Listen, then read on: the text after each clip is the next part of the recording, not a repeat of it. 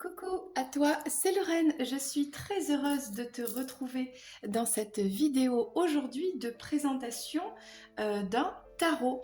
Et aujourd'hui, je t'ai mis toutes les vibes de la couleur rose. Et oui, parce que aujourd'hui, on va découvrir The Final Rose Tarot. Le final rose tarot en français, ok. Alors c'est un tarot que tu peux trouver sous différentes formes. Il y a la forme originale, il y a la forme réduite miniature, et celle-ci c'est une entre-deux avec une finition avec des dorures. Voilà, voilà, donc écoute, on y va. Je vais te présenter ce magnifique tarot.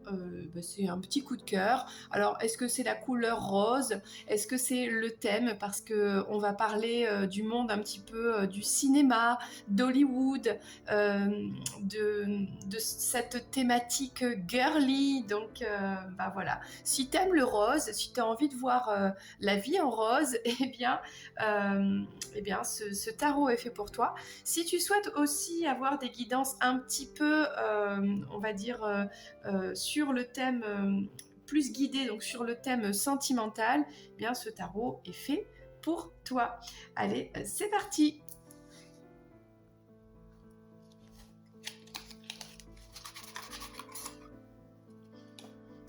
Alors évidemment, je l'ai déjà testé, donc je l'ai reclassé dans l'ordre des cartes parce que c'est un tarot universel, donc Rider-Waite-Smith, ok.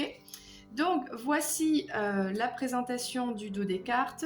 Voilà, dans mon jeu, en tout cas dans cette version-ci, la tranche est neutre, mais il y a, il me semble, dans l'autre version, donc plus grand format, avec une tranche dorée. Donc on a un petit livret ici avec une explication de chaque carte. Alors c'est en anglais, mais bon, si tu parles pas anglais, c'est pas grave, puisque comme c'est un tarot classique, tu as toutes sortes de manuels pour avoir la signification de chaque lame. Donc nous avons 22 lames majeures et 56, c'est ça il me semble, lames mineures. Alors la petite nouveauté, le petit truc en plus dans ce tarot, c'est cette carte, donc c'est cette carte bonus en fait, qui est en plus, qui n'est pas numérotée, qui s'appelle tout simplement le producteur. Voilà, la personne qui planifie, donc qui est connectée avec sa petite oreillette à tout le personnel du tournage, que ce soit mission de télé, film hollywoodien, série, Netflix, voilà, peu importe. Ici, on a la carte du producteur et le petit symbole, c'est une bombe. Alors, je ne sais pas pourquoi, mais c'est comme ça. C'est la carte Joker, la carte qui fait boum. Le producteur, c'est donc ici qui est représenté par une femme. C'est la personne un peu qui décide, qui a mis l'argent, qui crée le show, qui crée l'histoire. Voilà, donc c'est la petite carte bonus de ce tarot.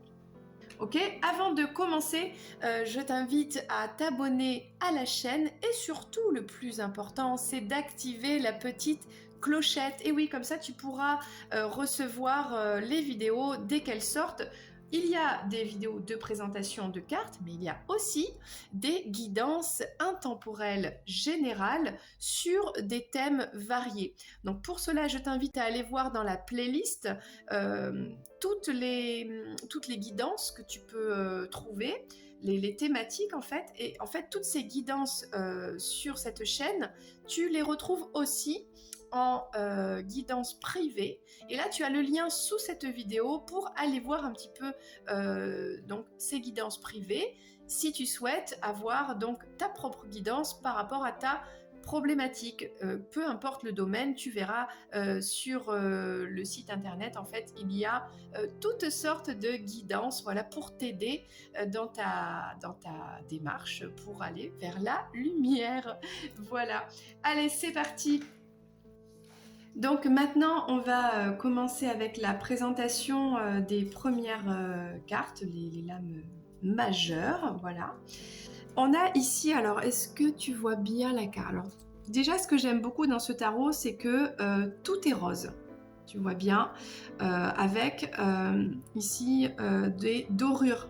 Donc, si tu aimes le rose, comme je disais tout à l'heure, le côté girly, rouge à lèvres et compagnie, talons hauts, ben, c'est pour toi, quoi. Moi, j'adore, j'adore. Donc ici, la première carte, c'est la carte 0. C'est un tarot Rider-Waite-Smith, donc tu peux retrouver la signification de toutes ces cartes dans n'importe quel manuel, voilà. En général, c'est la carte du fou, et ici, en fait, c'est donc une femme qui sort d'une limousine, qui commence un peu une nouvelle vie, peut-être une vie de star, quelque chose comme ça. Alors là, on a la carte habituelle du magicien. Ici, c'est le producteur, et le producteur est une femme, avec la carte numéro 1.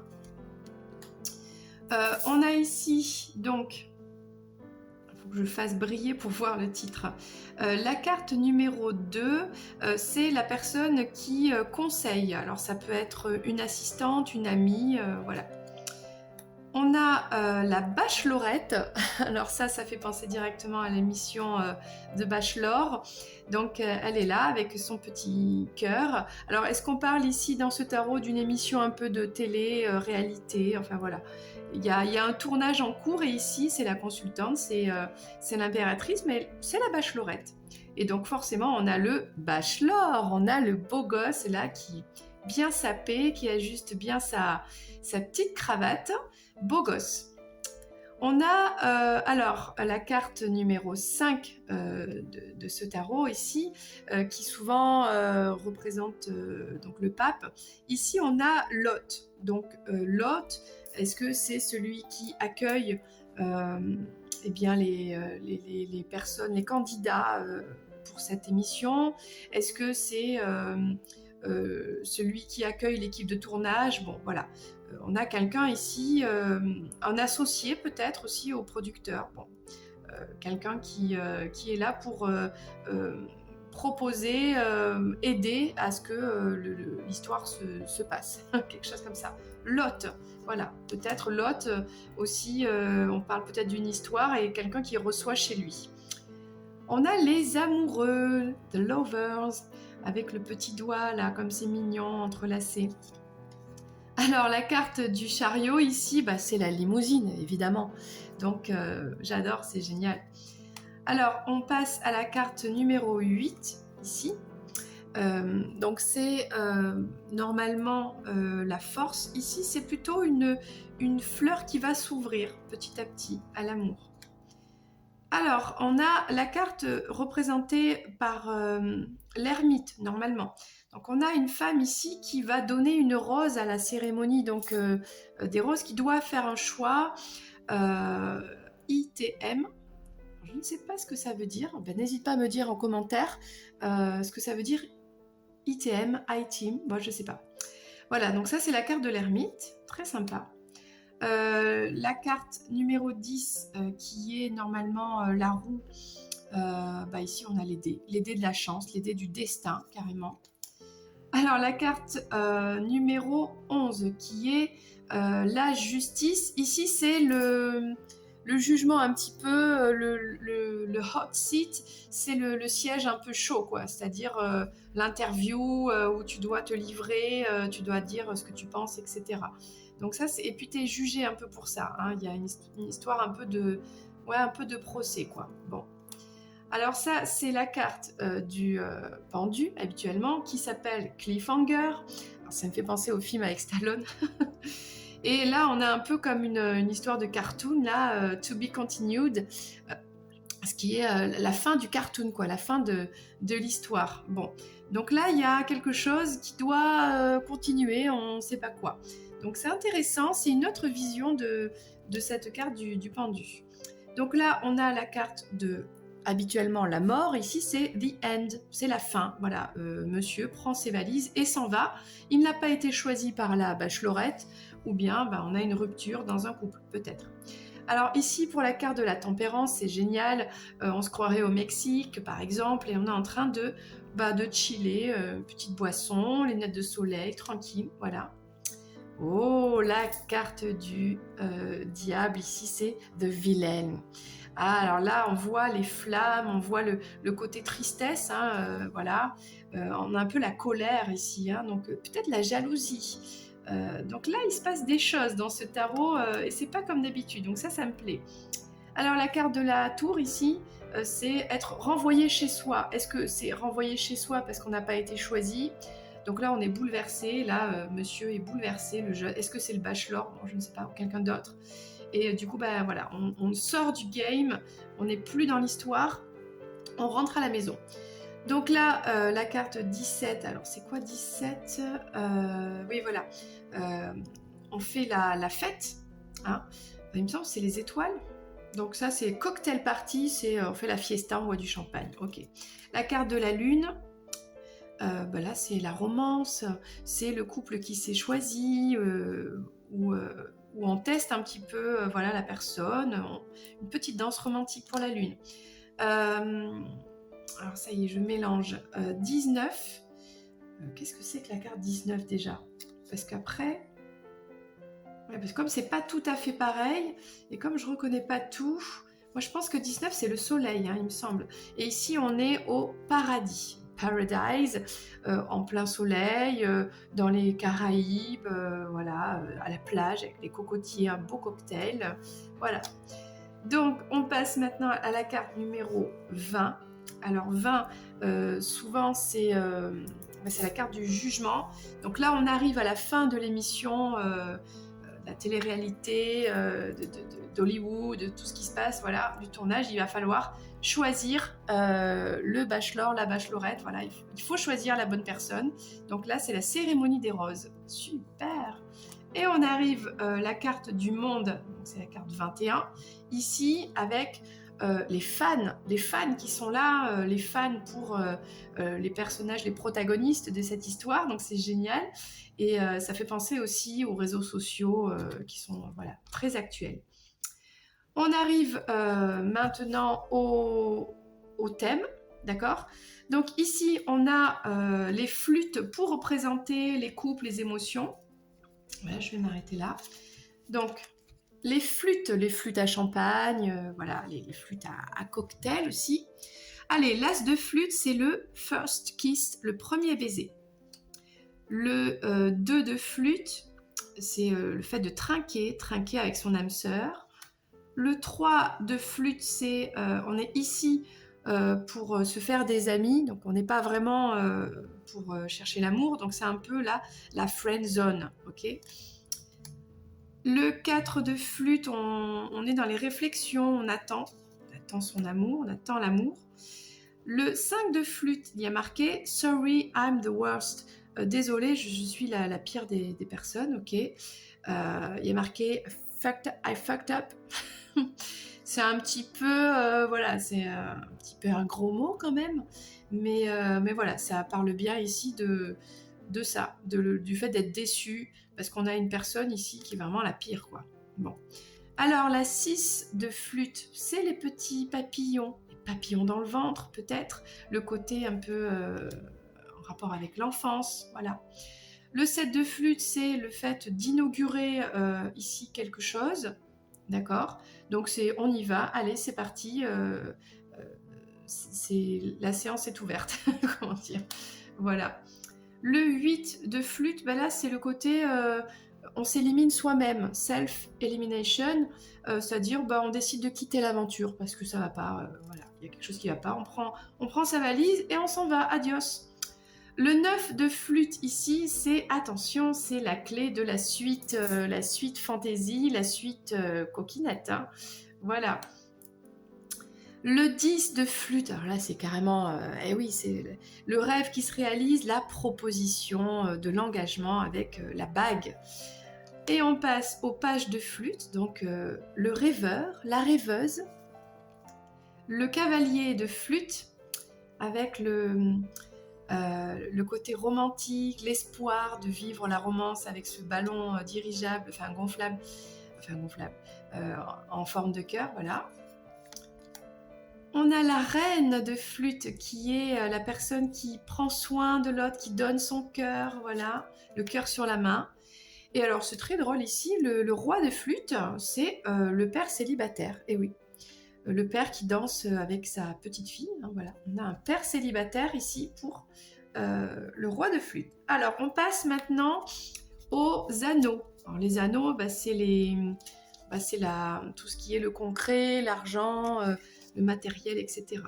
Alors l'as des anneaux, on va dire, c'est le premier encart ici, avec on mange des fruits, on s'offre une glace, voilà, autour d'une glace, quelque chose comme ça. Le 2 des anneaux, c'est la balance entre voilà, mon cœur qui balance entre deux personnes peut-être. Le 3 des anneaux, donc c'est un date en groupe. Là, on voit quelqu'un qui arrive à dompter des chiens. Ça se passe très bien. Bon, le 4 des anneaux, on a le cœur fermé. Hein, on voit un cœur cadenassé. Le 5 des anneaux, c'est le côté, on se sent pas en sécurité affective, là, avec, comme Guillaume Tell, la flèche qui au-dessus de la tête, là. Mais bon, il faut pas rater la cible, quoi. Hein. Le 6 des anneaux, ce sont les moments de qualité ici. Donc ça, c'est un équilibre entre le donner et recevoir, avec des moments de qualité, donc c'est cool. Donc le 7 des anneaux ici, c'est original, c'est être là pour les bonnes raisons. Donc là, on a un papa qui s'occupe de son enfant. Le 8 des anneaux, c'est quelqu'un qui travaille sur le tournage, sur le plateau. C'est le caméraman, quoi. Hein. Le caméra guy. C'est l'homme derrière la caméra. Bon. Le 9 des anneaux ici, c'est l'influenceuse, l'influenceur, la personne qui se fait un petit selfie, qui poste sur les réseaux, etc., qui travaille dans le milieu un peu des réseaux. Le 10 des anneaux, on est ici dans sa propre maison, c'est le fait d'être peut-être propriétaire, voilà. On arrive sur le page des anneaux qui est la personne optimiste par rapport à l'amour. C'est très beau avec des ballons. Le cavalier des anneaux. Donc ici on a, alors je ne sais pas ce que ça veut dire, the late bloomer. La personne qui arrive un peu tard, mais en gros c'est peut-être jamais trop tard, donc quelque chose comme ça. Oui, parce que le cavalier des anneaux, il est plus lent, quoi. Il est lent sur l'engagement, sur le fait, voilà, il arrive un peu en retard. On a la reine des anneaux ici, Have a Fun Day Love, qui est The Single Mom. Donc c'est la mère célibataire qui laisse un petit message, peut-être, alors soit c'est à son autre, soit c'est à son enfant. Voilà, passe une belle journée, mon amour, chéri. Est-ce que c'est son enfant ou un autre? On ne sait pas.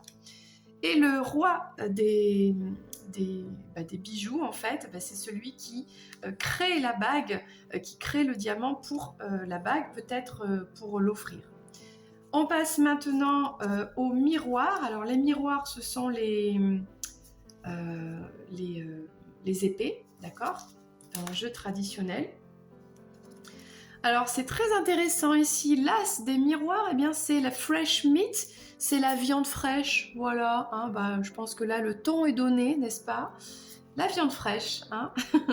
Le 2 des miroirs ici, c'est le 2 en 1, donc c'est peut-être le côté, voilà, on voit des kangourous, je crois qu'ils se disputent, enfin bon, 2 en 1, il y a une sorte de clash, bon. Le 3 des miroirs, c'est les drapeaux rouges, red flags, ok. Le 4 des miroirs, c'est le fait de remettre sa rose. On avait enlevé la rose, on la remet. Peut-être on s'est trompé, on a hésité, on met sa rose. Bon, on n'est pas très sûr ici, hein, dans le 4 des miroirs. Le 5 des miroirs, moi, quand je vois cette carte, ça me fait penser tout de suite à un Lenormand avec les souris, avec tout ce côté, les pensées, le mental, le stress, trop de pensées, quoi. Hein. Tattletale, voilà. Trop d'histoire, là, il y a trop d'histoire.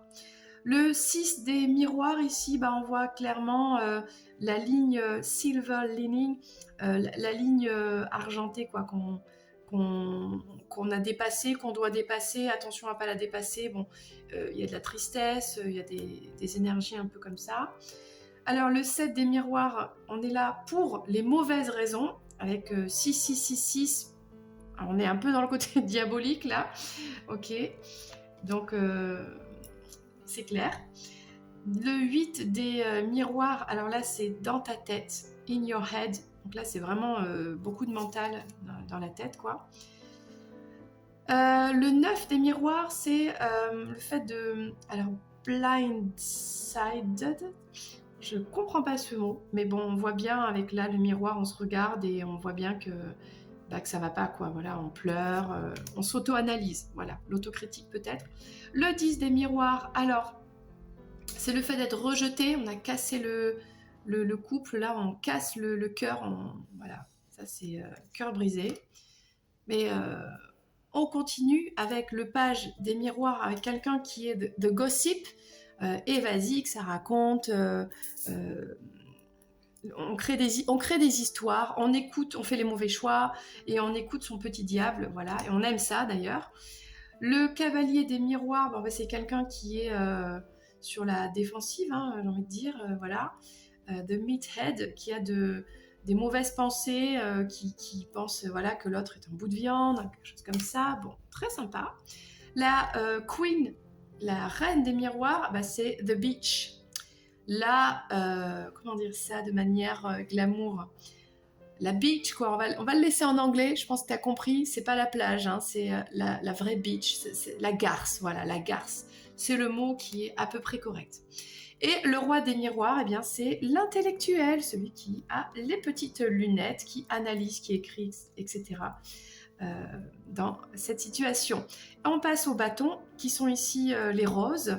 Donc dans la cérémonie de la rose, ici, tu vois bien les cartes? Oui. On a l'as des roses, c'est la première impression, la first impression rose, voilà. Quand tu donnes la première rose à quelqu'un. Le 2 de rose, c'est le date card, donc c'est l'invitation pour faire un rendez-vous, un rencard. Le 3 de rose ici, c'est la prochaine étape, la prochaine destination. Par exemple, dans cette émission, est-ce qu'ils partent en vacances, en lune de miel, etc. Bon, voilà, c'est voilà, l'étape après, les vacances ensemble, le voyage ensemble. Le 4 de rose, c'est The Mansion. Ça me fait penser un petit peu au manoir Playboy. C'est un peu ce style, voilà. Donc la maison. Le 5 de rose, c'est la compétition, la concurrence, voilà, entre les candidats pour l'amour. Le 6 de rose, c'est le challenge winner, c'est celui qui a remporté l'étape, hein, le challenge. Le 7 de rose, là c'est les masques, quoi, hein, c'est drama, on a une drama queen, on a quelqu'un qui fait du drame, qui est dramatique, voilà, qui porte des masques aussi. Le 8 de rose, c'est le leap of faith, c'est le fait de sauter sur l'opportunité, en fait, le fait d'y croire. On a un petit animal, je ne sais plus ce que c'est, une sorte d'écureuil qui vole de branche en branche, voilà, l'écureuil volant, quoi. Le 9 de rose, ici, c'est le fait, l'étape dans l'engagement, c'est de rencontrer les parents, voilà. Le 10 de rose, oui, là, c'est pas cool, mais c'est le fait d'avoir une épaule sur qui pleurer. Alors, ça peut être son compagnon, sa compagne, des amis, suivant les tirages, voilà. Le page de rose ici, c'est l'esprit libre, la personne qui est sur sa piscine tranquille, en mode free, quoi. Okay. Le cavalier des roses ici, c'est the front runner. Alors, c'est le runner, celui qui court, mais qui va droit dans le... J'allais dire droit dans le mur, c'est lui qui court, quoi. Qui veut gagner, donc qui court vite, voilà, pour gagner. On a la reine des roses ici, c'est Miss USA, mais attention, second place. C'est la reine de beauté, c'est pas la première place, elle a gagné la deuxième place, donc peut-être pour l'élection Miss France, c'est la première dauphine, ok. Et le roi des roses ici, c'est une femme et c'est l'exécutive producteur. Alors, à ne pas confondre peut-être avec le producteur qu'on a vu tout à l'heure dans la carte un peu bonus. À toi de voir comment tu l'adaptes à ton tirage. Voilà, merveilleux tarot, The Final Rose Tarot. J'adore ce tarot, vraiment. J'aime beaucoup. vraiment très créatif dans tout, dans le choix des couleurs, la mise en scène et tout. Vraiment, donc ne t'inquiète pas, je vais revenir très vite avec un petit tirage intemporel en utilisant ce tarot. J'espère que ça t'a plu. N'hésite pas à faire des commentaires parce que c'est vrai qu'il y avait beaucoup de mots anglais que je ne maîtrisais pas. Donc n'hésite pas à faire le petit commentaire pour m'aider, ce sera avec grand plaisir. Voilà, donc je te dis à très bientôt pour une prochaine vidéo de présentation de cartes ou un tirage. C'était Lorraine, gros bisous, bye bye.